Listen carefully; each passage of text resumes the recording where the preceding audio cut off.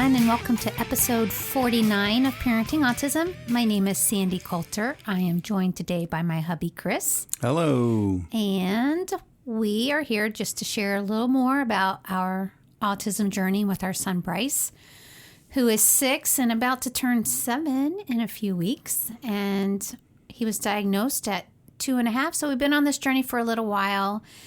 And if this is your first time, we say welcome. If you continue to come back, we say thank you. And we've just been called to share our journey. And we hope that it helps people who are on the journey, maybe just coming onto it, been onto it for a while, or even those who aren't familiar with it can learn more about our world.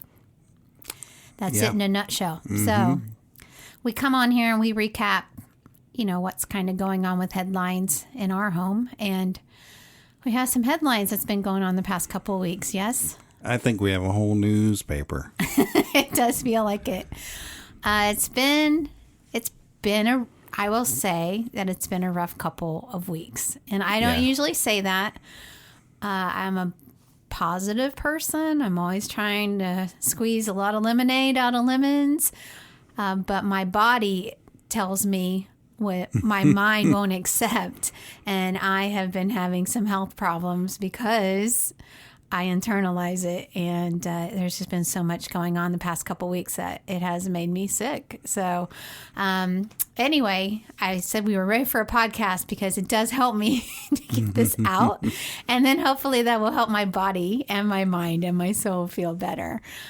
So a couple of headlines. I guess we'll take the largest one that we're on the flip side of, thankfully, and that would be the boo-boo that Bryce had on his leg. Yes. So he had something that came up on his inner thigh a few months ago. We now think maybe it was a spider bite, and it wasn't too dramatic. We did have to take him to the doctor to look at it, and it was really not that big of a deal other than treating it with an antibiotic. And then she lanced it. And then it healed. But you said it was not a big deal. Like, he handled it like a champ, right? So he did. So lancing being that she just kind of scraped it, I would say. She cut it open to get stuff out. Because I wasn't there for that one. Yeah, she cut it open to get stuff out, but she wasn't able to squeeze enough out. And we didn't get any results. We didn't get any lab results. But that was not a dramatic thing, right? Because when you came back, I mean, right. He seemed fine. So fast forward, I don't know, maybe a few months. A few months. So about 4 weeks ago, we saw this spot. It doesn't even pop up small. It pops up huge on his leg, like the above size his of a ankle. quarter. Yeah, like out of the blue, all of a sudden we have this really large, it looks like a boil. Mm-hmm. And so again, we didn't know if he had a bite or if this was just another infection that randomly popped up. And so we didn't take him to the doctor. I can't even remember. We tried. I think it went over a weekend. That's probably why we didn't go to the doctor right away. We didn't do antibiotic, and we did the ointment that we had left from a few months ago and put the Band-Aid on there. And then we knew from before to apply heat, so we were doing the hot baths, trying to bring it to a head so that it would pop on its own. Yeah, because it just kept getting bigger. Yeah, because reading up on these, they're supposed to naturally come to a head, and then the stuff comes out and then it heals. But Bryce doesn't work that way. So we had sent a picture to his doctor without taking him in. And then she said we were doing all the right things, but she did call in a prescription and said, if you feel better, I'll call you an antibiotic. But it started to go away, so we didn't do it. And he seemed fine. And then fast forward. Like a week later. Yeah, here it came again. He came back from his therapy, same spot. Yeah, it was bad. And it was huge again. So this time we started the antibiotics. We did, and it didn't do squat. No, he was on 4 or 5 days, so it must have been the wrong one for whatever he had. Yeah, because again, we didn't know what it was. So we took him to urgent care because it popped back up on Wednesday, and by Sunday it looked so bad that I just didn't want to. We didn't want to wait another day. We didn't want to wait. So we sent him to his doctor again. She said, take him to the urgent care. So we took him there. Well, with COVID, you can only take in one parent, just like before. You did it. Well, this time it was me. And this time it was more traumatic. Yes. Not like what you experienced. So, of course, Bryce really didn't know what to expect. But it was hurting him. Like, he rarely complains of pain, like, ever. Because he has a high tolerance. So the fact that he was complaining, he was very, very antsy if anybody would get near it because it would hurt him. So I was able to get him back into the patient room. And then the doctor came in, and he did what you described that Dr. Romero did. He basically kind of took the top off and squeezed it. And at first he wasn't getting much, but then he kind of went for it, and he got a lot out. I mean, enough that he should be able to get a good culture read. But it was not pretty, and we were having to hold him down, and Bryce was really upset. Yeah. And it hurt him. So we got him out. We made it through that. Of course, we give him donuts because he very rarely gets them. So I got him that. We took him home. Did he put him on an antibiotic then? No, because we already... Oh, yes, he changed it. So then he prescribed a different antibiotic. He prescribed something that we put in the tub. And he said, Mama, give him lots of hot baths. Put as much heat on it as you can because we want to get the rest of the stuff out. So we started the new antibiotic. We switched from showers to baths, doing all of that. That was on Sunday. By Thursday, it was back and looking horrible, if not worse. So we took him back to the urgent care because it would be the same doctor seeing him. And this time he did allow you to come back also with me once he knew that he was going to have to really not just lance it, but go in there and irrigate it. So I just, it was horrible. I'm feeling sick to my stomach. Yeah, just I know. Rehashing it. Yes. And so Bryce did. I mean, it was hard getting him in the second time because he knew he hurt the first time that we took him. So we were able to get him in, and it took 3 of us to hold him down while the doctor did what he had to do, and another nurse was standing by to go get the doctor whatever he needed.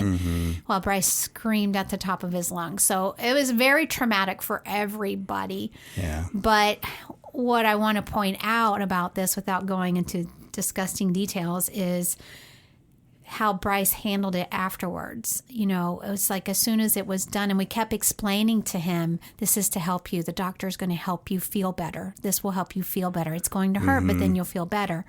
And then it must have started to feel better because then he's like, thank you for helping me. And then when it was all done and he was wrapped up and we were waiting for the doctor to come back with like the dismiss instructions. Paperwork. When he came in the room, Bryce looked at him and said, do you need love?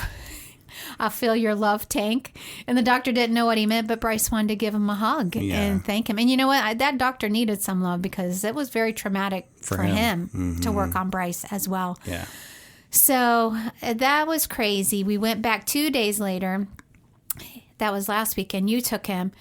And it was a different doctor for the checkup. He was scared. He was very scared to go in, you said, but we did assure him, say she's just going to look at it. Yeah. And thankfully, she only had to look at it. And put a smaller Band-Aid on. So he was worried. He wanted to take the Band-Aid off. He didn't want the doctor to take the Band-Aid off. So he took it off, and doctor looked at it and said, okay, it looks good. And I said, yeah, it looks much better. So we just put a smaller Band-Aid on it, and she sent us home saying, just keep it clean and dry. And we stopped the antibiotics because oddly enough, they couldn't find any results with the culture. They said nothing grew. A week later, the results came back, and there were no results. So we still have no idea why this is happening and what kind of infection it is, and could it be a bug bite that he just has a reaction to? We don't know. Who knows? But we know that was all traumatic. So this past week, Bryce has talked about it every day. In some way, shape, or form, he talks about it. He's had 2 holes in his leg that have been healing that we've been changing the Band-Aid for each day. And he just keeps talking about that Thursday and what they did to him and he'll ask the questions, did they cut me? Did they use needles? Did I scream? Did I say stop? Did I say sharp? And he knows all the answers. And but it's like he's trying to work it out in his mind, and he wants to keep talking about it.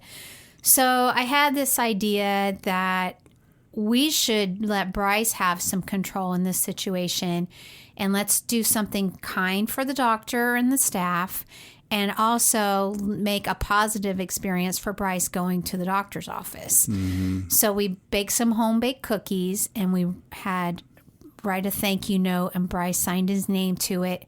And so we took him back to the urgent care and let Bryce give them cookies and tell them thank you for helping me. That was really a great idea. It was awesome idea. I mean, it was so well received at the office. He had so much joy doing it. And like you said, it did turn everything around. And he doesn't talk about it every day now. Right. He's still a bit traumatized by it. I mean, I think it's one of those events in your life that you'll remember forever. He might. And I think he's going to remember that forever because it did hurt him a lot. Even though the doctor did squirt some stuff in there to numb the area, I don't think it really got numbed because we went right in with the blade, and Bryce was in a lot of pain, and I felt very sorry for him. But, okay. So we made that positive. But, we were at Mom and Dad yesterday, and he cut his little pinky toe. Something dropped on his iPad charger. It was just a little thing, but there was blood. And Bryce was crying, not because he kept saying it was hurting, but it was the fear. So he had the fear that he was going to have to go to the doctor's office, that he was going to be hurt again. So yesterday was a little traumatic. So, it's like one of those things that I guess this is just going to take some time for him to, understand and process all of this. And he's been watching YouTube videos about Operation Ouch, it's called, I think, where they visit pediatric emergency rooms and people come in with bumps and cuts. So he's getting a better understanding of what it looks like when you come into a hospital and what they have to do to fix things. Yeah, and understanding how Bryce's autistic mind works, he wants to understand everything. And while we have to not give him too much information, but then again, he's learning that, okay, these kids are having to go into the doctor's office because of things that they're doing, because they're standing on a chair or they're doing things they're not supposed to do. They didn't wear their bike helmet. He's learning lessons along with it. The blood and stuff doesn't seem to gross him out. It grosses me out a lot more than it does him. He can watch those videos. I'm like, I don't even want to watch those things. He says, Mommy, do you love watching ouch videos? Yeah, no, I don't, but you do, and that's okay, But it's also helping him, it helps prepare him. It's like his version of a social story so he can understand and what to expect should he go to the hospital. So that has been a big headline that, has had us emotionally up and down and working with Bryce. That's probably not the one that's been affecting my health the most. I guess I'll dive into what seems to be weighing on me the most is the ABA. Yeah. So I think we may have mentioned recently that there's a change coming. I think we did. And the RBT that Bryce has had for 10 months now, so it's been a long time, that she is had to change her schedule, so she's going to be leaving us. And we haven't really told Bryce that, but we're trying to find a replacement, and then we're trying to figure out the best schedule. And it just seems like the pieces aren't fitting. Yeah. We the BCBA was bringing in somebody else, and we said, we just want to make sure it's a good fit for our family. We would like somebody. Do you know this person personally? And she says no. And we said, well, we really don't want somebody that's new right out of school. We'd rather have somebody with experience. And you brought up a good point about, the new people that come out of school, they should probably be put with people that have been newly diagnosed, have newly diagnosed children, because it is easy to tackle a lot of issues in a short time if you just have the education part of it. Where Bryce comes in, well, you and I have been witnessing this since the diagnosis. We have a lot of experience ourselves, and maybe more so somebody that's just coming out of school for being an RBT, and it's only, I think there's some online coursework that you do to be an RBT. It's not, I don't think it's extensive training, and then you have the hands-on experience of it all. So we would, at this point in our journey, we would just like somebody with more experience that when something comes up, they don't have to go look for the answer or, right. I'll get back to you next week. Right. We'd just rather have somebody that would be on it, knows this behavior, has seen it before, and knows what to try. And someone that we can brainstorm with mm-hmm. to figure out the best way to help Bryce. I mean, even when we talk to his BCBA, and she's rather new to his case as well. Mm-hmm. She's great. And we love her. But she's definitely. And she's really trying to work with us Proactive.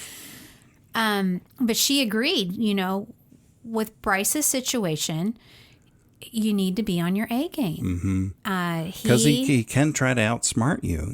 He's smart enough now that, he can try and pull one over on you for some things. And, we mentioned that, and she says, okay, well, I'll look for somebody else. Now that we've talked, I'll look for somebody else that might be a better fit. So we met this new person last week, and you had a conversation before I entered into the room, and apparently this person just came on this year. Actually, it didn't come up with Mandy or with his BCBA. It was as we were leaving that I asked. Okay. Well, I missed that part. I know. So she's new, she had been a preschool teacher or elementary school teacher. Preschool, because I just said, how long have you been doing this? And she says, this year. Yeah. But I hope my eyes didn't bug out, but I was like, oh. And then she said, but I've worked with children for 30 years. I was a preschool teacher. And I said, well, were you in an ESE class with special needs, or was it a typical classroom? And she said, no, it was a regular classroom, but, I did have students that I could see were, that had autism. But that's not going to help us. And we've been just going over this for the past few days and like, what are we going to do? What are we going to do? What are we going to do? And it's just not feeling like we have a good fit for Bryce. And part of me thinks Bryce just could use a break from that part of it, because I think it is a stressful part of his day when somebody comes to work with him, in air quotes, and I don't know. I feel well, it's conflicting. It is very conflicting, and up until this point, I do not believe that it has been a bad experience or that Bryce didn't want to do it. It has not been, no. He has enjoyed when Melanie has come with him, and he has actually looked forward to her coming, and she's had to miss for her own health reasons lately. And when she does come, he's so happy to see her, and he hugs her, and he's been worried about her. I don't think it's that. And I don't even think that all that he does with her, he deems as work, even though some of the stuff he doesn't like. But we're kind of at that point where he has mastered out of a lot of things in his plan, which I think we've mentioned. Right. They're going to be doing this new plan for him. A lot of the plan is based on social deficits, which is where he has had struggles. And then with the new school schedule, it's very difficult to get friends over here when there's a tech here. So it's just, again, all of that hasn't been coming together. I think he is going to have more on his plate. I mean, right now he has 6 hours a week that he goes and gets his language and his OT, which I want to continue to do that. He really looks forward to that. It seems to be helping him in lots of ways. He's going to be back doing his equine therapy. He already has his music therapy. Now he's joined Scouts. So now we've got Scouts on Tuesday evenings. So we have social there, which is great. Yeah. And so we just got, and the RBT Tech ABA can't go to Scouts because there's so many hoops. So it's not like, if they could come along, that whoever the person would be, to assist and to help, great. But that's not even an option now with the scouts and with COVID and with everything else. And with scouts, it really is supposed to be about parent-child time. And so I don't know that we would need assistance in that setting, but who knows? Well, and so as you're, I told you I didn't want to talk about this much till we got behind the microphone so we can kind of talk it all out. But, okay, so you say that Scouts is supposed to be about parents and children.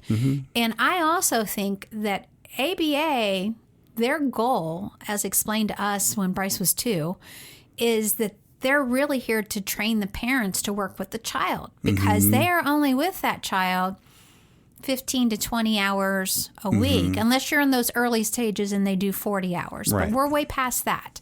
So we're in the getting him 10 to 15 hours a week, even though he's approved for 20. I don't push for that because he's got so many other things.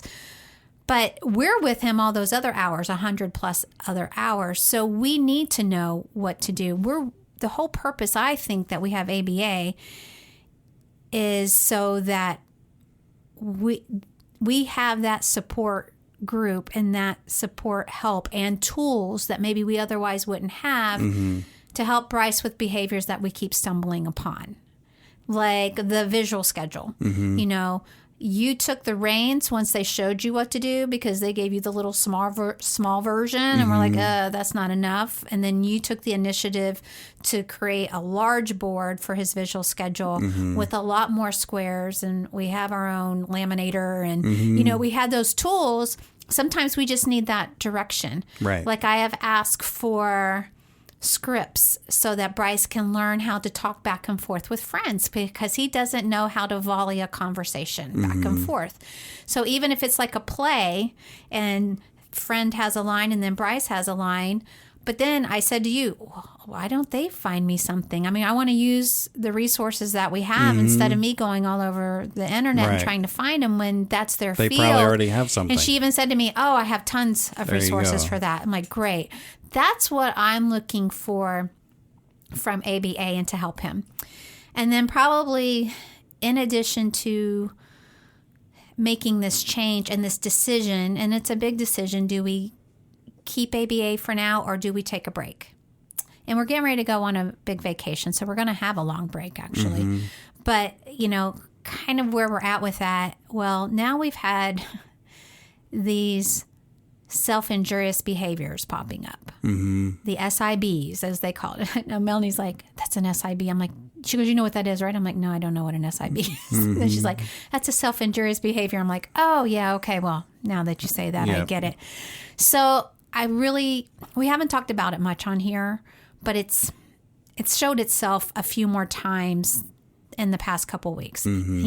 What used to be maybe a rare occasion became occasionally, and now it's becoming almost frequently, and I hate to say that.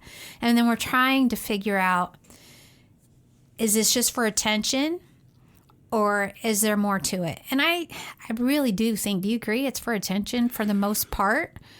I think it's twofold. It's for attention and it's also retaliation. Yes. So thank you. Yeah, it is. It's both. And part of that retaliation is probably to get our attention, but he wants to hurt himself to make us sad.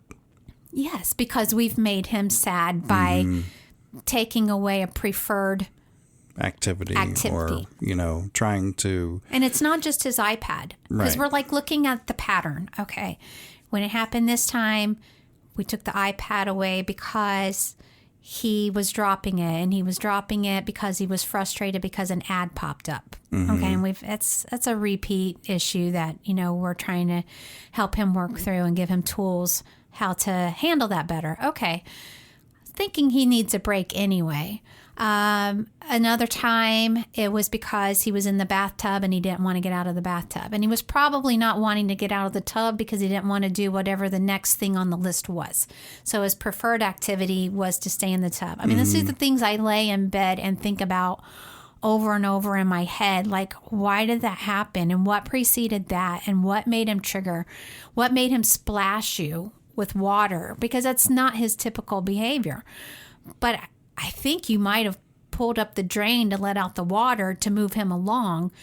And then it's been a long time because he's done showers for a really long time now. We've just put him back into the tub. But when you pulled that drain up and he heard that noise, which we know he hates that.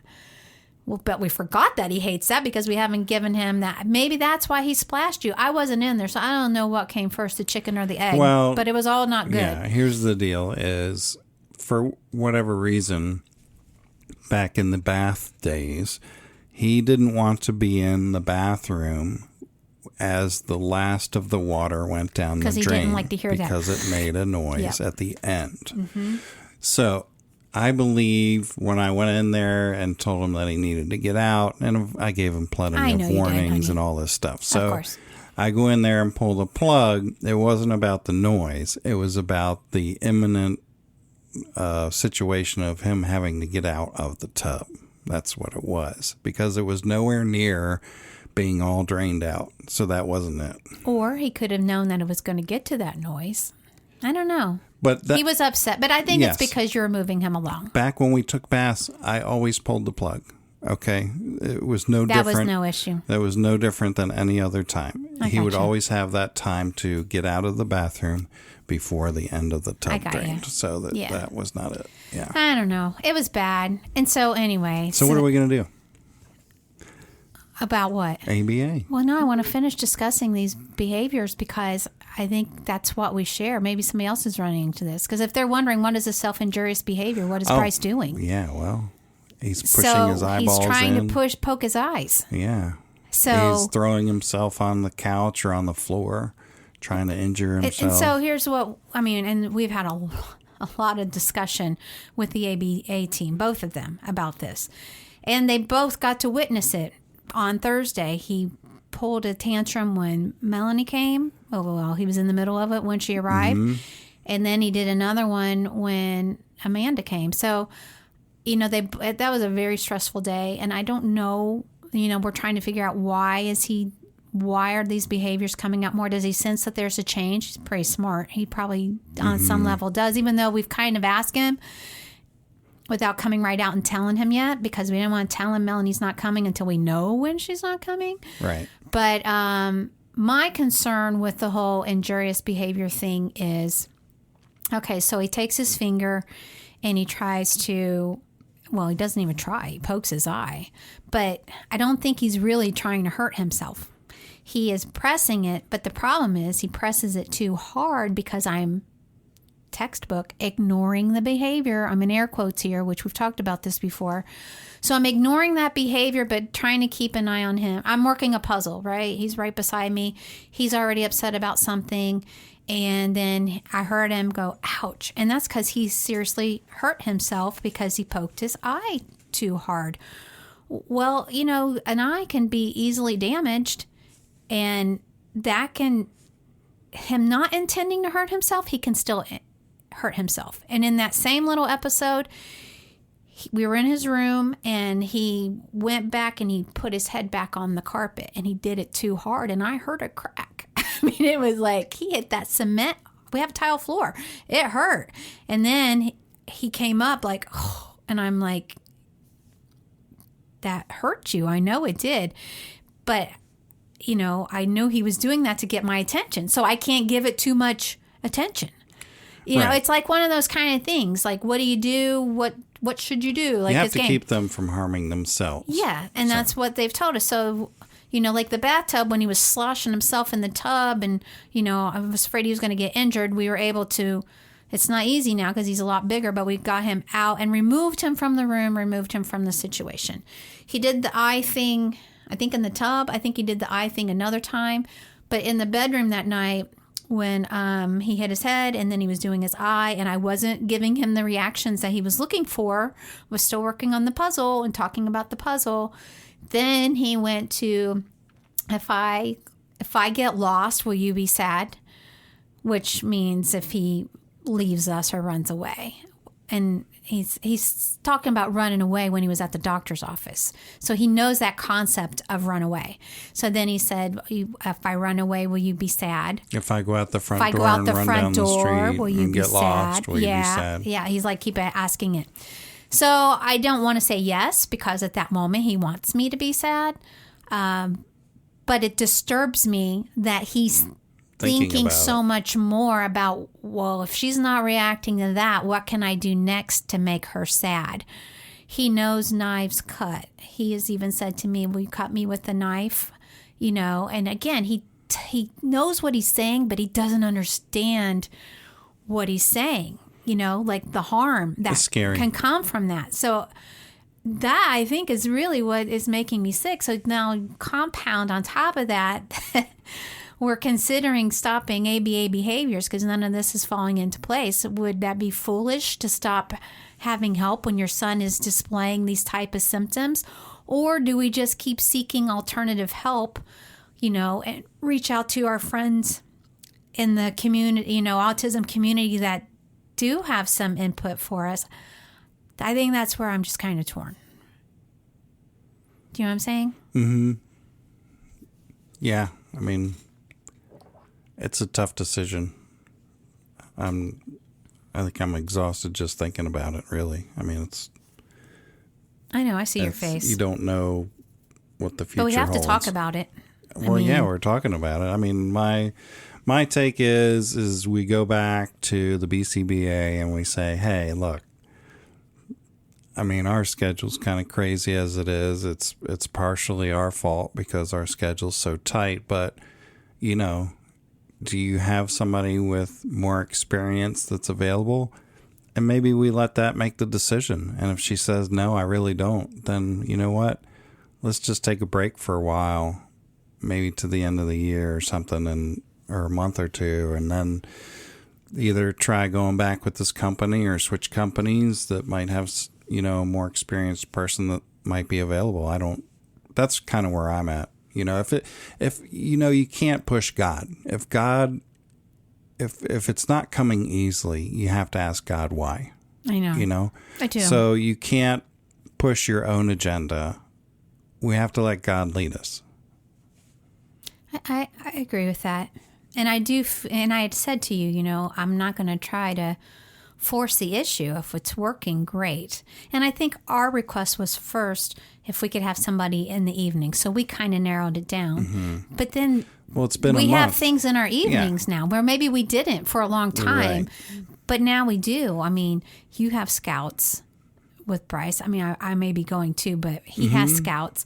And then I have Bible study, which now I've made the commitment to go because we're not getting to church, and that's a whole other side issue. It's a great social opportunity for him. Yeah, so, you know, and he has friends that he can go and play. And then I realize now, like, my dates for him for social are after school. And I'm not going to take an RBT to different friends' houses because sometimes I need to take Bryce to the friend's house, and it's not always them coming to our house. Right. And yeah, I feel like maybe we are supposed to take these reins right now. I mean, that's what I'm feeling like. Let us do what they have supposed to prepare us to do, which is to parent Bryce with the tools to help him with his behaviors. And then if we find that we're in over our heads and we're, you know, not able to do it alone, then we could go back, have him reevaluated as to where he is at that time and what the needs are. Because I also have found with ABA, which we know is all about behaviors, you know, then we get feedback like, well, that's not a behavior. That doesn't fall under our category. That's under either a psychologist or speech or OT. Yeah. And we're like, well, what are you supposed to be doing? I'm a little confused, you know? So I know maybe that is just like the best decision to make. And again, we are getting ready to go on this vacation. It seems like for the past month or so, it has been stressful. It's just been, okay, you know, the RBT's been out sick. Yeah, a lot, you know, actually. What hours can she come? You know, it's just, you know, maybe we need to look at all that and say, hey, you know, maybe God's given it to us the whole time and we just haven't seen the forest through the trees. You know, that's a really good point. Like maybe God's done his own weaning because Bryce hasn't had her here every day like he had before. And her schedule did change. So the times that she's here, she's different. pretty much with your homeschooling Yes. and observing.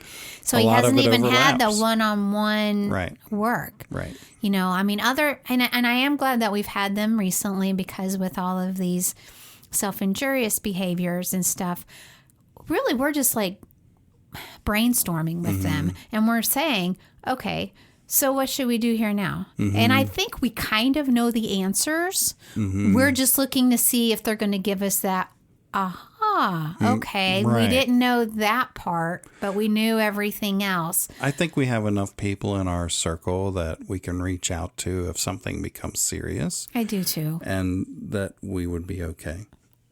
Okay. I think we just worked through that.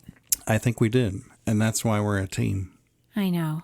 You know, we can do those things, and that's really all we ever do is, okay, let's talk about it, and we spend a half an hour or hour on the subject, and we say, okay, yep, that's what I know we we were going to to try to do this yesterday when we went to Mom and Dad's, but then he got that cut on his toe, and that totally, and Mom couldn't find a Band-Aid, and now Bryce needs Band-Aids. We're like, okay, we're leaving you a box of Band-Aids, you know. Yeah. Now we have one in the truck. We learned that Mom never had Band-Aids for you guys as kids. I told you that. I'm like, I don't think we ever had Band-Aids She brought out growing this up. thing. I said, Mom, that looks like a piece of tape.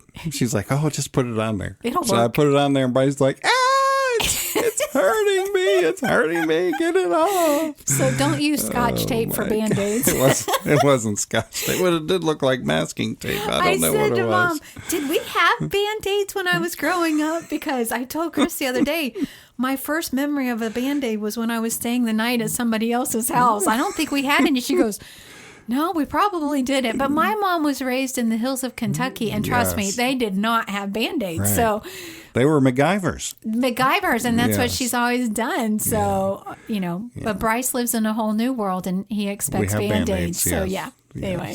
So That's why we didn't get to talk yesterday. The whole day went nuts, but it's all good. Lord. That's so funny. Oh, so, okay. Well, that was kind of heavy duty. So let's bring up a couple little tips and funny anecdotes to wrap up on. How's that sound? Okay. So if you watch our social media on Facebook, Instagram, I have been sharing a few things that we've done. But one thing that we did was created this junkyard for Bryce to take his broken toys. So specifically, I've been cleaning out his room and going through stuff, and there were a couple of trains that he had that were no longer working. And so Bryce, you know, I've mentioned before, he has a little bit of a hoarder gene in him, and he doesn't want to let anything go. And so we were like, okay, how can we make this? So again, another bright idea came, and I said to him, well, these trains are broken. So what if we tell the trash man to take them to the junkyard for special toys that are broken? And then they'll go to all the other toys that are there. And so we can write on their junkyard. So when they pick them up on Tuesday or Friday, we'll know where they're going. He totally bought into that. We wrote junkyard on the trains, and then we put them in the trash. I let him put them in the trash bag. That was good. And then he helped me take it down to the curb. And then he loves to watch the trash truck come now, our garbage truck. And so he got to actually watch them pick it up the next morning and go.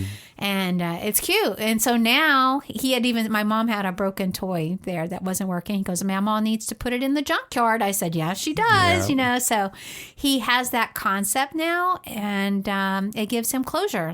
That's where his toys are going, and they're going to their own safe place. And when we were driving by, heading to my parents, drove by the city dump that's off of the main highway.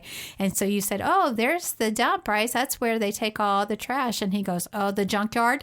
And we're like, well, yeah, you could call it the junkyard. So now he has a visual where he knows all his broken toys go. So anyway, that was a little tip. So if your child has difficulty out there with transition and needs closures, there's a fun tip that has worked for Bryce. Yeah.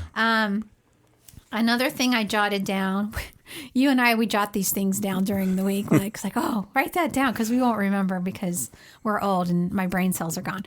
But so Bryce said the other day, he was scripting off of something, and he didn't want to eat his vegetables before his rice. So he plays this video game where they're training him to fly an airplane. And so I have overheard on that app that if he's not doing a good job flying, they take over. They'll say, "Oh no, I'm taking over. You failed your mission," and that sort of thing. So when I said to him, "You need to eat your veggies, Bryce." "Nope, you got to eat your veggies, and then you'll get more rice." He says, "Oh no, I'm taking over. Your mission has failed. I am not eating the veggies before the rice." So anyway, it was really, really cute because he took that and placed it perfectly. And it's a good thing I know his videos, because if I didn't know what all he watches and listened, we would be lost. But it was really cute. And I had also wrote down here that he is really beginning to recognize right and wrong. We have been playing Jesus Loves Me for him, and the Bible class is going really well. And so he's asking us questions, like, what is sin? And I try to just tell him that's, bad red choices, because he knows red choices like doing something that isn't nice. And God wants you to make green choices and do good things, that trying to give him some basics. But I know he knows the right and wrong. But he had found this video game on Google that he was watching, and it was some version of a Spider-Man. But I heard them saying things that I thought they were saying, like, bad words. Yeah, like bad words. But I couldn't swear to it because I was just kind of walking by. So I thought, who knows what he's watching over there. So let's change it. So I just went over and I said, "Hey, buddy, let's find something else. I think Spider-Man might be saying things I don't want you to hear." And so I had him change it. So I come back by and he quickly muted it. And I'm like, "What are you doing?" And he says, "Walk away." And I'm like, "What?" He says, "Walk away, mommy. Mommy, walk away. Don't protect me." So I'm like, "What are you talking about? Are you watching that Spider-Man again?"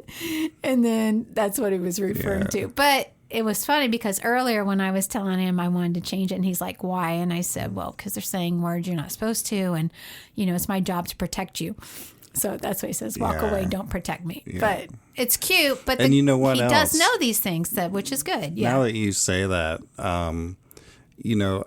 I think there was, at one point, there was a 12-year-old age level game that he wanted to play. So I looked at it and I thought, well, I don't see any harmful things on here. So I think he can do that one. And so once we breached that 12-year-old barrier, then he thought he could get other 12-year-old games. And because I guess the 6-year-old ones or 4-year-old ones weren't as interesting to him. So, but I tell him, if it involves any type of violence, it's not good for him. So then it was, "Where does it say violence, Daddy? What is violence?" And I told him what violence was. And he says, "Where does it say that?" Because, he's a Mr. Fact Checker. So I go in where it says 12-year-old, and there's a drop-down box that tells you all the things that happen in the game that they deem to be rated 12 years old or over. So I go in there. He's like, "I want this game, Daddy." And I'm like, "Okay, let me look at it." And so I'll do the drop down, like, "Nope, that's a bad one. It's got violence in it." And I'll point to the word, and he knows. And I don't get any more grief about it because he knows that that's not a good game for him. So Bryce is very literal. And I was telling you today, I don't know if moldable is a word, but he can be molded and influenced so easily, which is a good thing and a bad thing. It's a good thing because he really, if we tell him something, it is what it is. But the bad thing is if the wrong people were telling him the wrong things, it would be what it would be to him. But he very much takes you at the word, and then it sticks. And he's more and more rigid. Yeah. Like, for example, I jotted down, he usually has Missy come on Saturdays to watch him, and we had changed it to Friday because he was going to have his first sleepover at Mama and Papa's house on Saturday. And he was having a hard time with that. He kept saying, she can't come on Friday. She comes on Saturdays. Well, no, this week she's coming on Friday. No, Missy can't come. It's Friday. She can't come. Yes, she can't come.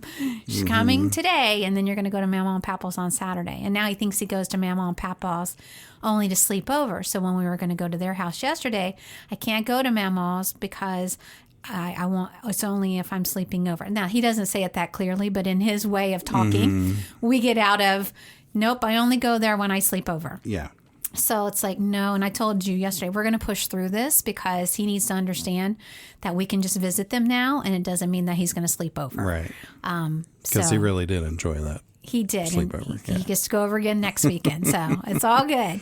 But yeah, but he gets it in his mind that if a certain activity happens on a certain day at a certain time, then that's the way it's going to be going forward. And we have to keep working with him on remaining flexible because he's going to have a difficult time in life functioning if he doesn't have some flexibility. So that is something that, it's that we're constantly working on, that we run into, but we just find ways. In fact, yesterday with Mom and Dad, he really was dead set he wasn't going to go. And then he told me, well, Mommy, he told me in his own way that he had a dream that Mom and Dad were doing a podcast. Mama and Papa were doing a podcast to help other kids, and that we couldn't go until they were done doing their podcast. It was going to take 3 hours. Yep. So then I said to him, well, podcasts don't usually take 3 hours. They're usually about an hour. And he goes, okay, we'll go to their house in an hour.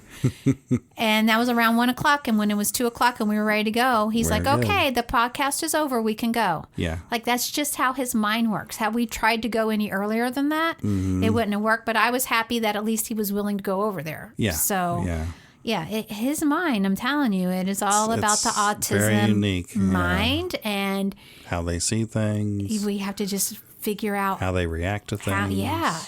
It's different. It is different. And it doesn't, I'm not saying it's a right or a wrong. I mean, he may be right and we're all wrong. You know what I mean? It's not a right or a wrong. It's just, it truly is that it's just a different way of processing information. It's so easy for us to react to him in a neurotypical way when something comes up that needs our attention immediately. We don't. Right. A lot of times we don't stop and think, okay, wait, we can't handle this the way regular parents handle this. We have to think like he's thinking right now and quickly. Yes. And so then, okay, this isn't going to work. This might work. This probably will work. So it's like you have to sit there, you got to figure it out, and then see if it works. We really do. It takes a lot of planning. I mean, and brainstorming. So we may fail on the first mission, as he would call us out on. But then if that happens again, we come in more prepared to think more like he thinks, because we have to do that. We even talk about it in the middle of a meltdown. We'll be like, okay, what do we do? Okay, what if we try this? And you might say, no, I don't think that would work. I think this would work better. Yeah. And all the while he's like having a cow or whatever's throwing going himself on the floor, and we're trying to have a conversation. And so it's. Nobody's perfect. Nobody's perfect. No, we're trying to work through, and if I sense it may push him further over the edge, it'll be like, oh, let's not do that, because that might push him more. We have to think opposite. What's the opposite of what we would think to do? Okay, let's do the opposite of that. I swear sometimes that's what the answer is. And sometimes it's not. I had, you talk about labeling, and we really haven't talked about that much, but when we went to the urgent care, you weren't in there, so it was just me. But one of the nurses, as he was walking us back to the room, he said, this might sound like a dumb question, but is he autistic? And I said, oh, it's not a dumb question. And yes, he is. And he said, well, a lot of parents get upset when, if I mention that. I'm thinking to myself, dude, if you don't know that, I bet you would get a lot of upset parents. But and he said, I know that I thought so because the kids who ask a lot of questions the way that he did normally have autism. And so Bryce does ask the same questions over and over again. He kept asking them, will there be a needle? Will there be a needle? Is it going to hurt? Will there be a needle? And it's the way he asks it. There's a certain tone. There's a certain way that I can recognize autism now in other children, or adults. So anyway, but I didn't tell him in advance. And you and I have had this discussion about, do we need to make the announcement that Bryce has autism or do we not? Depending where we're going and what we're doing. And so there are lots of reasons. First of all, it was crazy. And sometimes I don't feel like I want to bring it up unless I feel it needs to be brought up. There's zero shame in it. Again, we've said we have a podcast and stickers and, we have no shame in it. We embrace what our world is. And we really do see it as something that's made our lives better, even though it's hard times. I see it as something, maybe, I don't know how you really see it that way. I see it as something that is, I feel like I have a better quality of life. I feel like our relationship has grown through this. And with Bryce, I think parenting him we wouldn't have the same relationship with him if he was neurotypical. Right. So I try to really embrace, again, I'm the optimist, but I embrace all the positive things that have come out of this. And so I see no shame in it is really what I'm saying. Because I know some parents do see shame in it and it's a struggle. I don't label him, but it is what it is. And I'm okay with that. But I had a friend of mine who's a good friend and she's a pediatric nurse. And she had just said to me in passing, I hate when parents label their kids when they bring them in, to the hospital. And I said, why? And she said, well, because we've been trained to recognize these things so they don't have to tell us. We're gonna know. So I think maybe she feels, I don't want to say insulted, but she feels bad for the kids. Like they're talking about their kids in front of them. And maybe there's an elaborate conversation that comes along with that. And they'll be like, well, we would figure that out.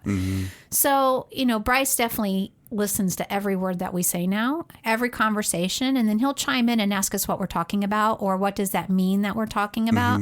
So it's very much the awareness that he understands what we're saying for the most part about him. So, if I go in and I start saying all these things about him, well, he has autism and he might do this or he might do that. I don't want to ever do that or preface anything, but they will figure it out. Yeah, hands up, go. Yeah, it's when I signed him up for Cub Scouts, and we talked about this, we wanted him in the lower level, kindergarten level, even though he's in first grade, but we wanted to take him down a notch because we thought that the amount that he had to learn and the stuff that he had to learn was it was above his level. So we wanted to get him in under. And then they said, okay, we have to write a letter explaining why. So I wrote a very detailed letter to the Scoutmaster and told them exactly how Bryce would feel in certain situations, how he would deal with things, and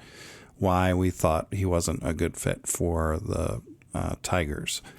And they really appreciated that because it really gave them insight into Bryce's world, and even talking to the den leader, which is a different person, I said, Bryce has autism, and she's like, oh, that's okay. I know autism, he'll be fine. And, I felt like she was just kind of, I don't know if she just said that to quickly dismiss what I was saying, or she didn't want to go into detail about, his issues, or, we'll tackle that as they come up.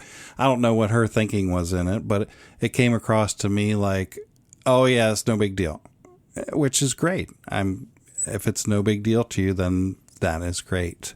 But I just want them to know that if a behavior comes up, which like what came up at the Pinewood Derby this past meeting, when we did the race with Lightning McQueen, and at the end when they were doing awards, everybody was clapping and Bryce was covering his ears. So she stepped up and said, okay, our den, we're not going to clap anymore. We're going to do the hand waving because we have someone here that is, she put it a nice way, adverse to loud, unexpected noises or clapping, so we're just going to wave our hands. So everybody did a demonstration to where they waved their hands. And I thought that was terrific. It was. So had I not told her, she may have been wondering why he was covering his ears, why he couldn't participate, why he wasn't clapping, and she may have picked up on that from meeting him probably before that. But for me, it's better to put it out there and say, hey, here's the information. You decide what to do with the information, but here it is. Yeah. And I thought that was fabulous that she did that unprompted without us having to request that. And I think, reason why I jotted this down to mention it, because it had come up in that conversation with my friend. And then when the nurse said that, and I just, for the parents who are listening, I don't see it as labeling. And I know that could be a debate all day long. I see it as what you just said. It's informing. It's informing people about your child, and whether that would be autism or whether that would be other issues. I think you would want someone, especially if it's somebody that's in a position of authority, or to help them, whether it was a teacher. If your kid struggles with testing and they need extra time, wouldn't you want to tell your teacher? If your child has a struggle with loud noises, and it's just a sensory issue, but it's not autism, wouldn't you want people to know in certain situations? Let's just say we took him to the hospital, okay? And let's say somebody like Dawn was there that knows kids that have autism and doesn't feel like she needs to be informed when a child has autism. Let's say we took him into the ER for something, and there was a fire in the hospital immediately before she could even really get to know him or have conversation with behaviors. him. Kids with autism are going to act differently during a fire than neurotypical people.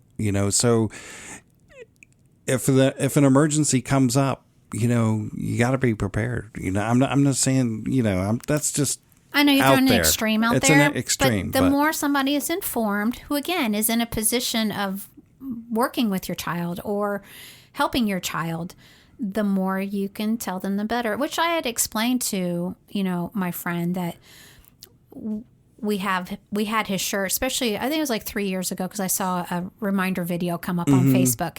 And so when Bryce was 3, almost 4, he still didn't talk very well. It was a little bit. But we had these shirts that said patience, please, and autism awareness, which was great. And so we were going to a church event that wasn't our regular campus. And we were going to try to put him into childcare there, which I was extremely nervous about it, because I know parents get that. But we were going to try it. And so we put the shirt on him and we went to the class that we were attending. And when we picked him up, the lady thanked me and said, I was really glad that you put that shirt on him, because it just helped us understand how to work with him better.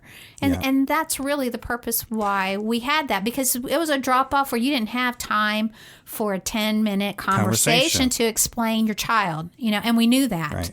Right. We've put it on him in airports before when, again, he might be acting out in a way and no one else could understand why that he was. And I'll go back to this. When you've met one person with autism, you've met one person with autism. Autism is a spectrum. If Bryce sees a knife in the doctor's office, he's going to react differently than a neurotypical kid, and he's going to act differently than somebody else with autism about that tool that might be on the tray. And that's why we have to inform people. If there's a loud machine coming into the room, neurotypical kids may not react to it. Other autistic kids may not react to it. But Bryce is going to react to it. They need to know those things. Yeah. That's just me. Well, I'm with you on that. I mean, I guess, like, I don't it's not at the front of my mind that every time I introduce him to somebody, I don't want it to be like, hi, this is my son, Bryce. He has autism. Mm-hmm. Because again, not everybody needs, that's not part of his name. His name is Bryce Coulter, not Bryce, I have autism Coulter. If it's an acquaintance that's not going to have a lot of interaction with him, then there's no need. Right. But if it's a situation where, again, this is a person that's going to be involved with Bryce or may need to know it for whatever reason, I have no problem giving that information. And another thing I heard on a podcast recently, and it resonated with me, is like, when you get the quote unquote diagnosis, I know, I've heard a lot of parents sharing their story about how they felt the day that they got the official diagnosis and how their whole world changed. And, and listen, when we got the diagnosis, I think we were expecting it that day. But when we first clued in, I was shocked, and it was definitely sent me for a tailspin. It was still devastating when we got the diagnosis. Yeah, I mean, we just knew it. But I look at it like this, and this was explained this way, and I think it's something to share for parents who have received a diagnosis. Don't just see it as a quote-unquote diagnosis. See it as a prognosis that you're getting from a doctor so that you can get the help that you need. Mm-hmm. Because if you don't have that, you're not going to get all the tools and the therapies and the insurance and all the things that you need to help your child. Right. It would be as if, and I know it's different because it's not terminal, but if you got the diagnosis or the prognosis of cancer, well, then you can then get the medication that you need to treat that child for that illness or fill in the blank of the illness. It could be a common cold. Okay, now you know it's a cold and you know what you need to get to help them with that cold. It doesn't have to be as drastic as cancer. But with autism, unless you really get it, the prognosis, which I know is a diagnosis, but that's what you got to get so that, again, you get that piece of paper with those words on it, get you the tools that you need to help your child. So just embrace that for what it is and run with it. You know what I'm saying? Help your child. And then you can share that with whoever you feel you need to share it with. And that's just kind of where I wanted to go with all of that. So cool. Alrighty, well, I want to give a shout out to all of our listeners because we got a report last week, and it showed that out of thousands and thousands and thousands of podcasts that are out there in all categories, we're in the top 8% of podcasts that are listened to. That's pretty amazing when you told me that. I mean, it is amazing. New Zealand came up on the thing the other day as a hotspot for our podcast. So we thank all the New Zealanders over there.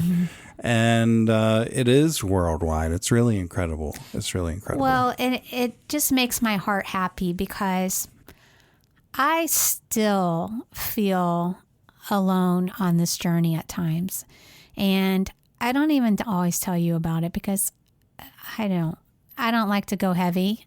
You know what I mean? And I don't like to come across as a downer. I think I hear Bryce coming. But yeah, it just helps me to know that there are other families out there that are benefiting from this and us helping them. Yeah, we appreciate it when people reach out to us with their questions. It tells us that there are more people out there that are in the same boat. They can relate to us and we can relate to them, and we help each other. That's what I have found to be very rewarding with this as well. And I hope that I'm able to connect with some parents that have, as you said earlier, every child presents differently, but yet there's still some common core things there. But, I do feel like I'm in uncharted territory with Bryce. So, I haven't talked to parents that have maybe experienced this self-injurious behaviors like we're dealing with, or I've talked to some who have had the extreme, and my heart breaks, for those families. And then I understand that thankfully Bryce isn't slamming his head into a wall because he's in pain or because he can't express his words. It's different reasons he's doing this, because he's sad and he's trying to figure out ways to make us sad. But that still breaks my heart that he processes his emotions in a way that he's trying to hurt himself because he thinks hurting us is the way to handle that. Mm-hmm. Yeah. It's sad. It hurts your heart. Okay. Well, I don't want to finish this on a sad note. So I know you're trying to wrap it up. And then I went down Sad Lane. Sad Lane. Yeah, that's the name of a sorry road about somewhere. that. All right. So let me just give one little other funny thing, and then we're wrapping this up. Okay. Okay. So we took Bryce to do a toy rocket launch. Was it yesterday? Yes. Or Saturday. I think we took him Saturday. Saturday. Okay. So 2 days ago, we took him for this toy rocket launch. And we took him over to a soccer field. And there was another, older kids soccer game going on. And there were people on the playground. We weren't the only ones in the vicinity. But it was good social distancing and a fun activity to do. And Bryce was a little scared, but he got used to it. And we launched it 3 times. It was all great. But the funny part of this was, at one point, we looked over and there were these 2 little white butt cheeks looking at me as he says, I gotta pee. I have to pee. He had already pulled his shorts down and was telling us that he was peeing in the opposite direction of us, which I appreciated that. But I'm like, and you just said, all right, babe, you're on, because you were like trying to fix the rocket. I had the rocket in my hands. What am I supposed to do? So I'm like, buddy, oh my gosh, you could have told me and we would have taken you to the bathroom right there. Well, it's already done at this point. So I'm like, okay, just do it. Water the grass, hurry, as I'm looking around. And I just helped him very quickly get everything back up. And before anybody noticed, but it was like within moments that here come all the parents from the other soccer they were done with their literally game. Here they were coming to their cars. But they didn't step in it because they were in a different field. Oh, yeah, we were in a different section behind on the other side of the fence. On that topic, yes, his little game that he's playing now with Tom the cat yeah. thing. So there's a bathroom that you're supposed to go potty in, but the cat also goes on the grass. Oh, no. So I saw him. I'm like, well, why is your kitty going potty on the grass and not the toilet? And he's like, yeah, he's going on the grass. And I'm like, oh no. Dad might have been where that. That's I'm what like, he was because thinking. I know he's done it on the side of the road, like the highway, but never in an open. Yeah. Not that again, new territory. How often do we go to a soccer field to launch a rocket? We haven't. Yeah. So anyway, it was a little funny. Something else we're still working on, and that's life with Bryce. Welcome to our world. All right. On that note, let's wrap this up. We hope you guys Episode 49. in the books. Have a great week. All right. We'll chat again soon. Bye. Bye.